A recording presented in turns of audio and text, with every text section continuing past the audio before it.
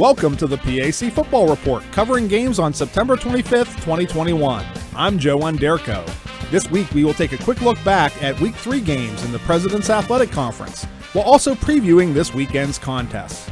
All 10 PAC teams faced off in conference action on September 18th, headlined by a battle of the last two PAC champions in Cleveland, which saw Westminster defeat Case Western Reserve 34-12. Grove City edged Carnegie Mellon in a 13-6 defensive battle, while 11th-ranked W&J remained unbeaten with a 28-3 home win over Bethany. Geneva and Waynesburg each earned their first wins of the season, with the GTs topping St. Vincent 42-24 and the Yellow Jackets rolling past Teal 52-14. Earning Offensive Player of the Week recognition was Waynesburg junior quarterback Tyler Raines, who completed 17 of 21 passes for 325 yards and 4 scores versus Teal. Defensive honors went to Westminster freshman defensive back Bryce Butler, with 8 tackles and a school record-tying 3 interceptions, including a 100-yard TD return at Case.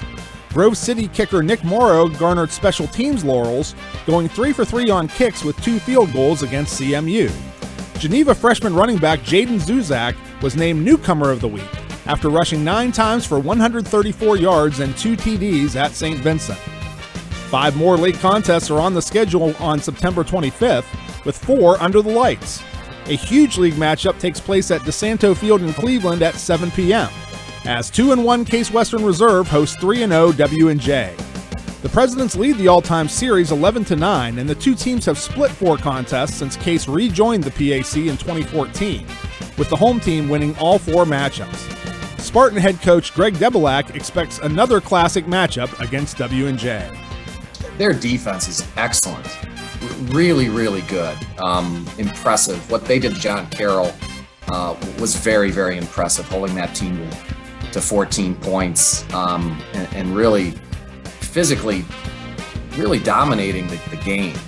Just 14 miles on PA Route 208 separates local rivals 3-0 Grove City and 1-1 Westminster, who renew acquaintances at 1 p.m. Saturday at Harold Burry Stadium in New Wilmington. It's the 103rd all-time meeting in the series that has seen the last 3 games decided by a combined 12 points, including a 24-17 Titan win this spring en route to their first ever PAC football title. Westminster head coach Scott Benzel discusses the rebirth and growth of the football rivalry in recent years. Yeah, it certainly has turned into a rivalry game. Obviously, Andrews made it that way over at Grove City. You know, when we first started playing here, when I took over 8 years ago, it was a very one-sided affair. And, you know, I think our last 3 games are last possession type of games. And credit to Grove City and what they're doing over there. I know our guys are excited. We respect our opponent. After a tough 0-3 start, the Bethany Bison host their home opener on their brand new turf this weekend as they face 1-2 Geneva at Bison Stadium at 7 p.m. It's the 46th all-time meeting between the programs dating back to 1909. The GTs have dominated the series, including edging the Bison 27-24 in their last meeting in 2019. Bethany head coach Bill Garvey said his team is ready to break in their new facility this weekend. Yeah, it's going to be a lot of fun. It'll make the coaches and players' lives a lot easier and a little bit more organized, that's for sure. It looks great, so we're just ready to go, and our players are chomping at the bit to get out there. I can hear the trucks moving right outside my window as we speak right now, so they're still grinding away at it.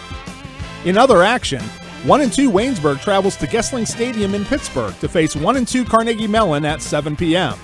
CMU leads the all-time series 12-5-1, including a 51-0 shutout win this past spring. Finally, 1-1 St. Vincent heads to Greenville to face 0-3 Teal at Alumni Stadium at 7 p.m. The teams have split 22 all-time meetings, but the Bearcats have won the last 5 games against the Tomcats, including a 41-18 final in the last meeting in 2019. That's all for this edition of the PAC Football Report. Please log on to the conference website at www.pacathletics.org anytime for the latest news, scores, statistics, and other information.